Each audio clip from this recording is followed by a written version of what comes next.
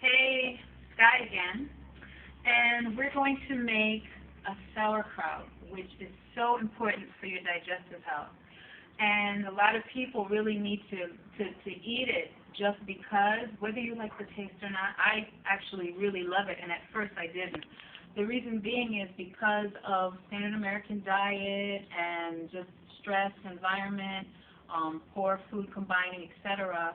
A lot of people do not move their bowels properly, and whatever they do eat that may be healthy for them is really not absorbing into the body because they don't have good flora in their system. So creating a sauerkraut, which is basically fermented vegetables, is gonna add that. It's gonna help with the digestion. So let's get on.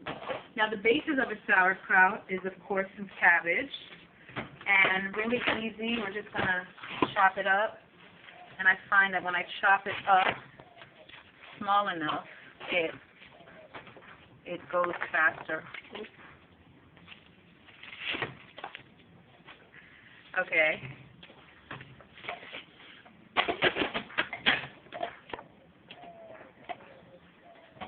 Oh, maybe I should plug this in.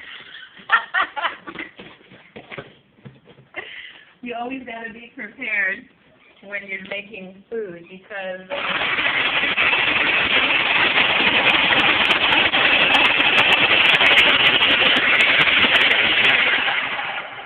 and what I do is I want to get this as fine as I can. Like at this stage, it's kind of like a coleslaw, but we want it to get fine. We want it to almost puree it.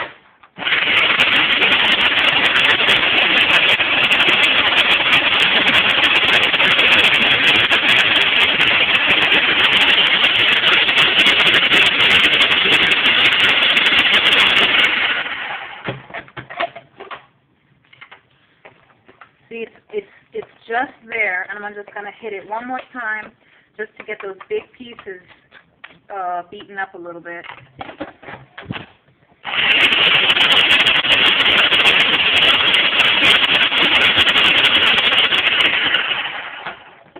And that's it for the cabbage. I mean, the cabbage is already has that sauerkrauty smell. And basically what we're looking for is we want to get it to where you can actually see the juices coming out of it. You want it to be kind of moist.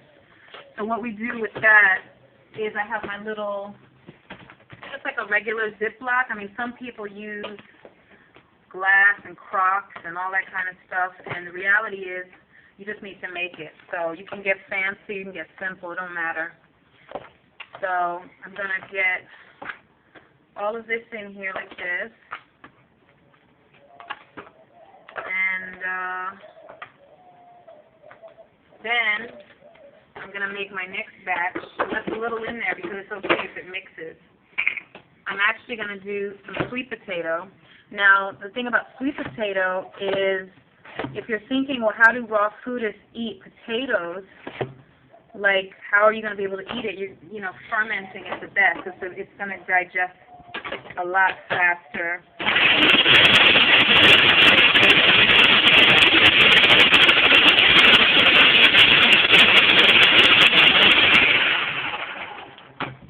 And it's pretty too. It looks almost like carrots.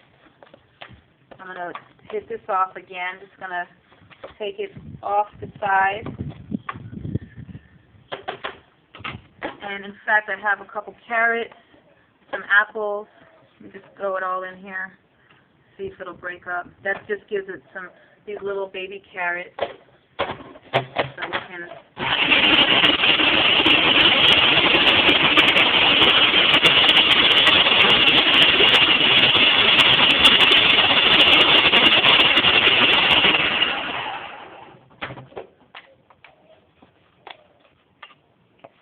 and that's just about it. I'm just going to hit it one more time just for those last big pieces. And that's it.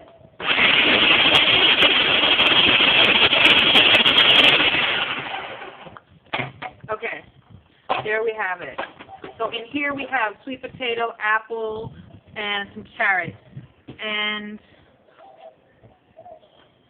basically what I'm going to do is going to put it in here with the cabbage. And, I mean, you can make a lot more and fill up the whole container. This is just to show you how I make it. This is just the process.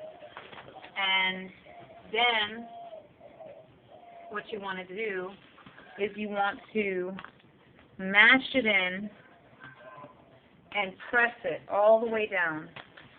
You want to press it till it's nice and flat. And you can actually, put different layers. You can do some purple cabbage. You can do coconut meat. I've done coconut meat before. I'm going to show you that. You could do corn. And you can see that there's a moisture to it. That's what you need. And then from there, you cover it up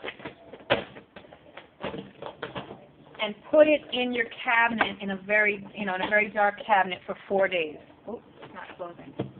And just leave it alone, and it'll ferment.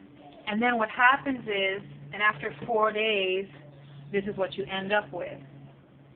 It's going to change color. It's going to look a little scary, but it's really good. It has that strong fermented scent of cabbage. This one has purple cabbage in it, and this one also has some beets in it.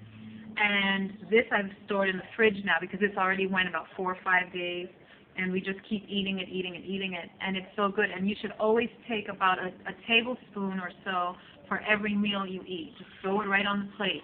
Mix it in whatever you eat, or just eat it on the side because it's so good for you. Get that flora in your system. It's pre-digested. There's enzymes, there's vitamins, etc. So this is where it's at. Peace.